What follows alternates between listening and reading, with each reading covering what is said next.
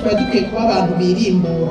Kwirimbura niko kwicuza mu mutima, hanyuma hagaca hakurikira kwihana, ukavuga uti, ugafata ingingo ngo sinzobisubira, ibi bintu sinzobisubira. Hariho ibyaha bigorana abantu kubimadukako, akumva ko kubivamo ari ikintu kimugoye, ariko Imana ivyo nyene iragomba ko tubimadukako, tukicuza mu mutima ku bw'icyo cyaha. Umuntu wese akicuza kubera ikizambana, kubera ikijewe namana ari ibiturire, kuko icyaha kibuza amahoro. Kibuza amahoro, nta mahoro ku munyabyaha. Burya umuntu araheza kubikora, yagenda akicara agatuze, cyo hirya y'ejo akabura amahoro. Hari n'igihe ubura amahoro uwo mwanya nyene, ukaba n'ugusaba akirengagiza. Kwicuza rero mu mutima, uca ufata ingingo yo kubireka, kandi ufashe ingingo yo kubireka uronka ubugingo, uronka agakiza.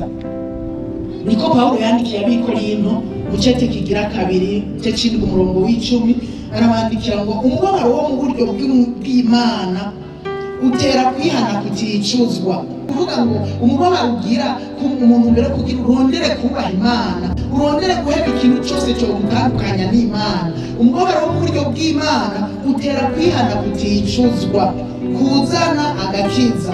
Ariko umubabaro wo mu buryo bw'isi utera urupfu. Nukuvuga ukaguma ubabaye, mugabo ukabura amahoro gusa, mugabo ntufate ingingo, ibizana urupfu, uratinda ugapfa. Akarorero karatomoye, n'akarorero ka Yuda.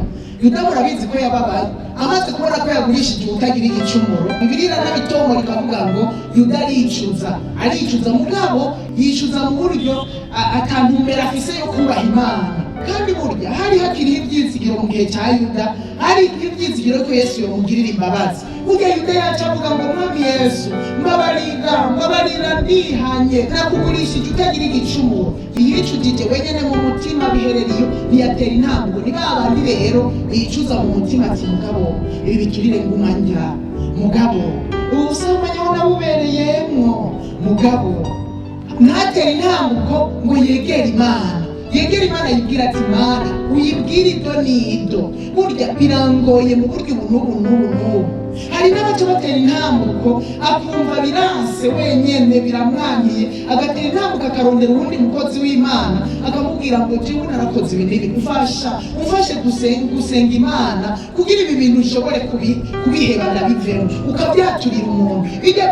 Irya ntambuko yo kuja kwaturira umuntu irakenewe cyane, nasanze ari ikimazi rwose, kubera Satani aje avuga ngo yo wa muntu arabivuze, bimwe byamabanga twahora dusangiye arayamenye. Ariko hajya Yuda amaze kwicuza biguma muri we, Satani yagumye atsindagira, niwicuze mugabo bigume muri wewe. Ariko yaje avuga ati, mwami Yesu, natahuye yuko nakugurishije utagira igicumuro.